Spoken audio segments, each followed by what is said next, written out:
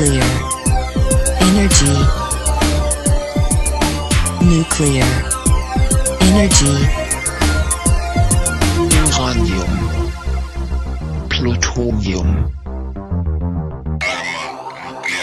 Боевой ракетный комплекс шахтного базирования с ракетой РС-20 по натовской классификации «Сатана». Производим путь. Даю отсчет.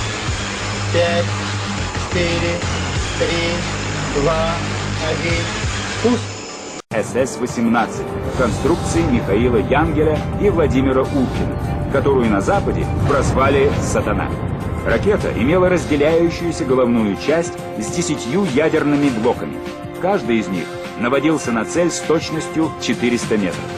Полетные задания закладывались в память компьютера, поэтому время приведения «Сатаны» в полную боевую готовность составило всего 30 секунд. Для предстартовой калибровки командных приборов боевым расчетам уже не нужно было вручную подключать наземное оборудование.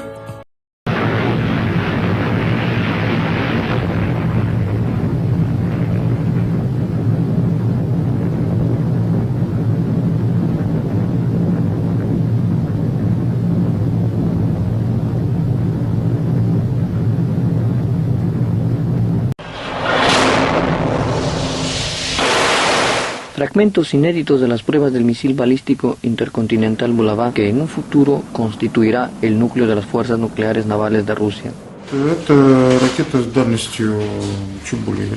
Este misil tiene alcance de más de 8.000 kilómetros y puede portar cabezas nucleares hipersónicas independientes, capaces de modificar la trayectoria del vuelo, lo que permite burlar los sistemas de defensa antimisiles.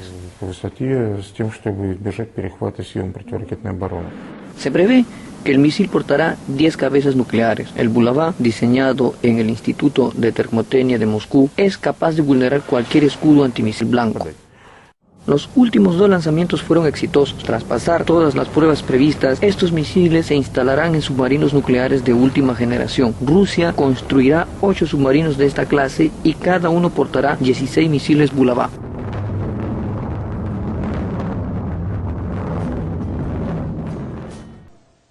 Estados Unidos es la nación con el mayor arsenal nuclear en el mundo. Posee más de 5.000 ojivas estratégicas, más de 1.000 armas tácticas operativas diseñadas para el campo de batalla y 3.000 ojivas tácticas y de reserva. Le sigue Rusia con 5.000 ojivas estratégicas, 3.500 ojivas operativas y más de 11.000 ojivas estratégicas y tácticas almacenadas. Muy por debajo se ubica China con 300 ojivas estratégicas y 120 tácticas. Francia también con 300 ojivas estratégicas, Reino Unido 200 ojivas estratégicas, India entre 75 y 115 ojivas, Pakistán entre 65 y 90 ojivas estratégicas y Corea del Norte, que posee entre 1 y 10 ojivas nucleares. Además, existen amplias sospechas de que Israel posee un arsenal de 200 ojivas nucleares, aunque nunca haya sido confirmado ni desmentido por el propio país.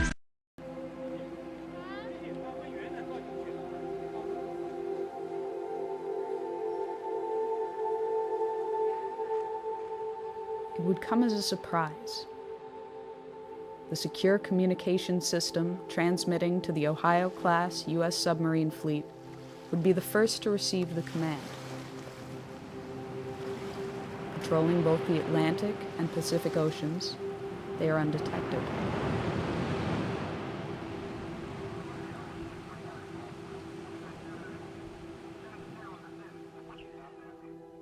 Fourteen of the 18 warships are equipped with 24 Trident missiles each, Trident 1s and Trident 2s. The remaining 4 are armed with 154 Tomahawk cruise missiles, which can be outfitted with nuclear warheads. The fleet as a whole represents half of the. A single Trident 2 missile is equipped with up to 8 nuclear warheads aboard a multiple independently targetable re-entry vehicle, or MIRV. A single W-88 warhead delivers the equivalent of 475 kilotons of TNT. In the case of a full deployment, the United States could unleash over 400 such missiles with between 6 and 8 warheads each.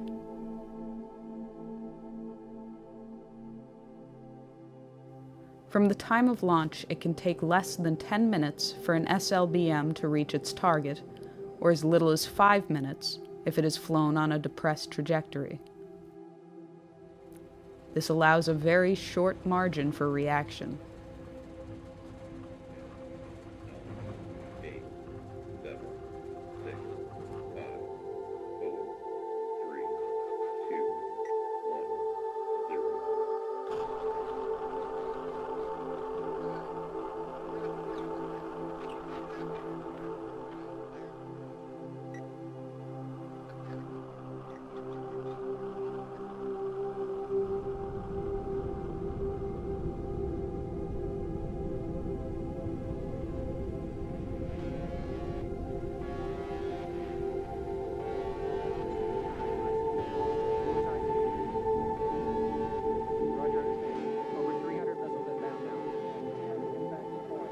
Early warning radar systems in Russia, China, and elsewhere immediately detect the missile plume.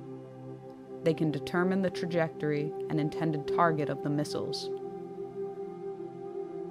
Minutes fracture into seconds. This is not a test. This is not scheduled.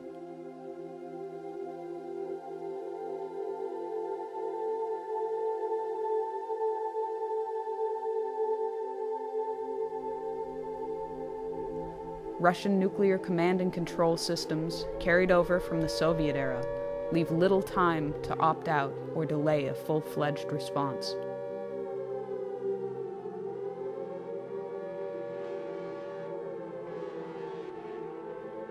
Within 50 seconds, the missile has peaked above the Earth's atmosphere.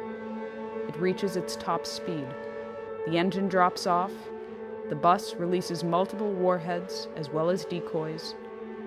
The radar systems on the ground are overwhelmed and unable to differentiate the two when they are in post-boost phase. Re-entering the atmosphere, the decoys burn off, and the warheads enter their terminal phase.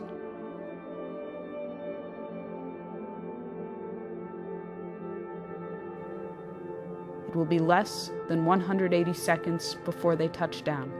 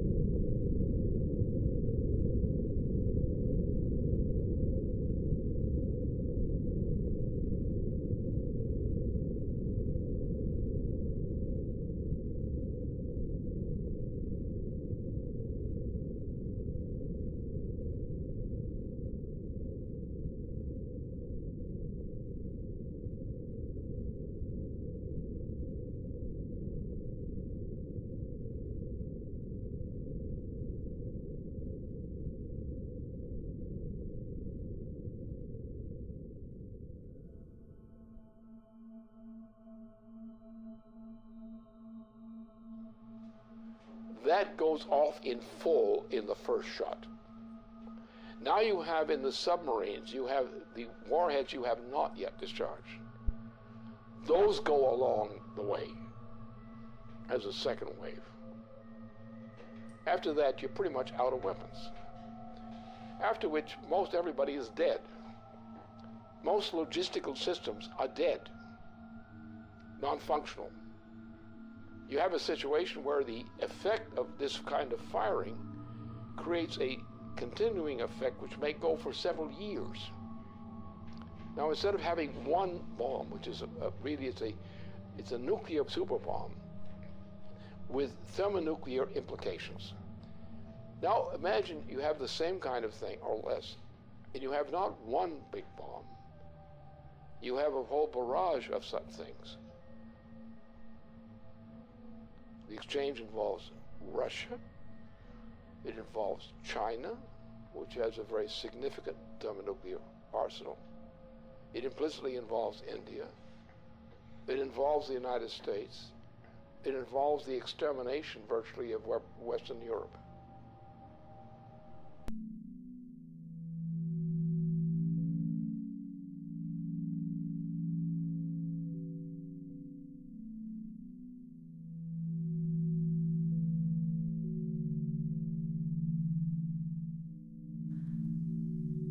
The current world population is 7 billion persons. The current global nuclear arsenal is approximately 5,000 megatons.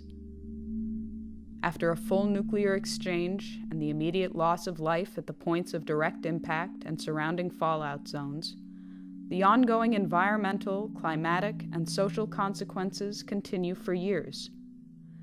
The dust and soot picked up from fires, burning cities, and other target sites has been compared to a volcanic eruption, but far more long-lasting. A regional nuclear conflict, employing only 0.3% of the global nuclear arsenal, would potentially result in 1 to 5 million metric tons of black carbon that would be spewed into the Earth's atmosphere.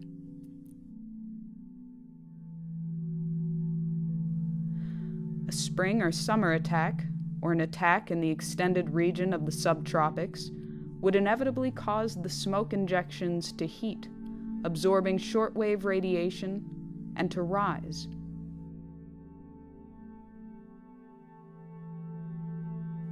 Within a week, what is not washed out immediately in black rain has risen through the troposphere and into the upper stratosphere, where it will remain for many years.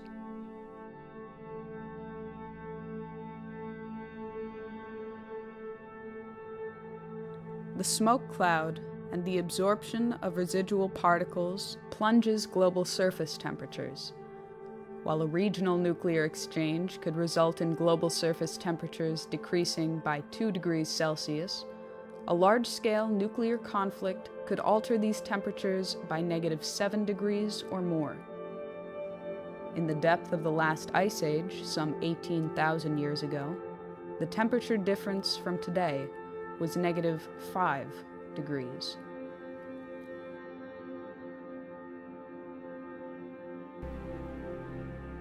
Famine for billions of people far from the target zones would be the result of a -2 degree change. Growing seasons would be shortened by nearly 3 weeks, wiping out crops. A change in 5 degrees would sufficiently ruin Canadian agriculture entirely. If world grain reserves were not destroyed in the initial exchange, reserves would last for 71 days, with little, if any, means of transportation.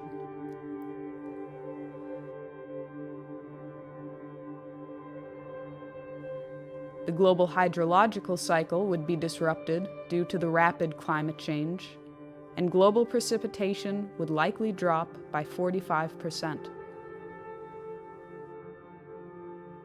The total integrated dose of radiation to living things could reach up to half the level of lethality for human beings, even in regions of the world outside the war latitudes. If nuclear installations were targeted, including plants, fuel cycle installations, and waste dumps, and nuclear materials were vaporized, it would create a very long-lasting impact on survivors.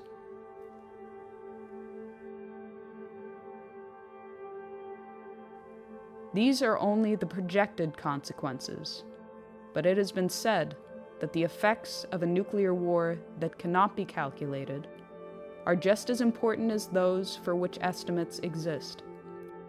Both, however, are subject to very large uncertainties. These estimated consequences have, so far, survived the scrutiny of scientists in the East and West for the past 30 years.